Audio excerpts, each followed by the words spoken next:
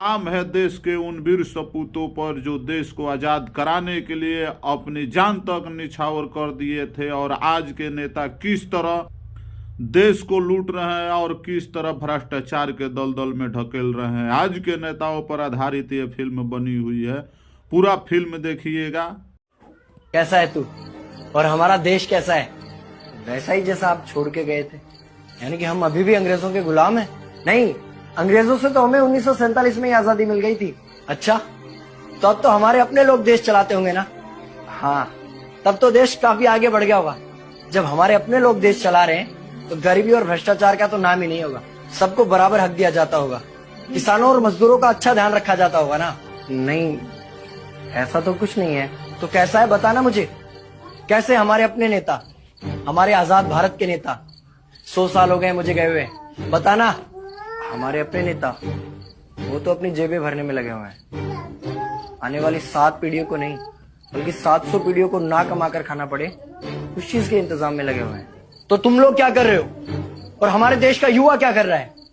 हम लोग तो इंस्टाग्राम पर रील्स देखने में बिजी हैं। यानी कि हमारी कुर्बानी का देश के लोगों पर कोई असर नहीं पड़ा। देश के लोगों में कोई देशभक्ति नहीं, कोई देश प्रेम नहीं। नहीं, ऐसा नहीं है। आपके लिए और देश के लिए बहुत प्रेम है भारत के लोगों के दिलों में।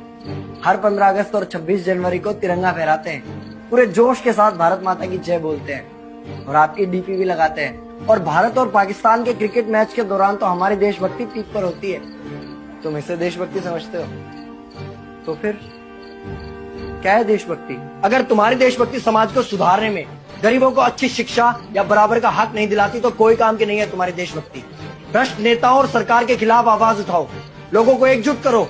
लेकिन अगर हमने सरकार के खिलाफ आवाज उठाई या नेताओं से सवाल पूछे तो हमें एंटी नेशनलिस्ट कहा जाएगा या हमें गद्दार करार दे दिया जाएगा। तो डरता है। 23 साल का था मैं जब अंग्रेजों ने मुझे फांसी पर चढ़ा दिया। मुझे तो आतंकवादी कहा गया था। अगर अब नहीं जागे तो ये देश सोता रहेगा। ये सरकारें, ये नेता देश को बेच खाएंगे। इस भ्रष्ट सरकारी तंत्र से लड़ो। देश को क्रांति की जरूरत है। क्रांति यानी कि हमें हथियार उठाने होंगे, बंदूकें उठानी होंगी जैसे आपने उठाई थी। नहीं, हमारी क्रांति विचारों की थी। जब अंग्रेजी हुकूमत ने हमारी आवाज नहीं सुनी तो हमने और जोर से आवाज लगाई और अपने विचार रखे। और क्रांति केवल सत्ता को बदलने तक सीमित नहीं है, बल्कि इस भ्रष्ट अन्यायी तंत्र को जड़ से उखाड़ कर फेंकना है। पर ये होगा कैसे? अपने आसपास से शुरुआत करो। जो भी तुम्हें भ्रष्ट नजर आए उसके खिलाफ आवाज उठाओ, एक्शन लो। तुम्हारे टैक्स का पैसा नेताओं की जेब में जा रहा है, हिसाब मांगो।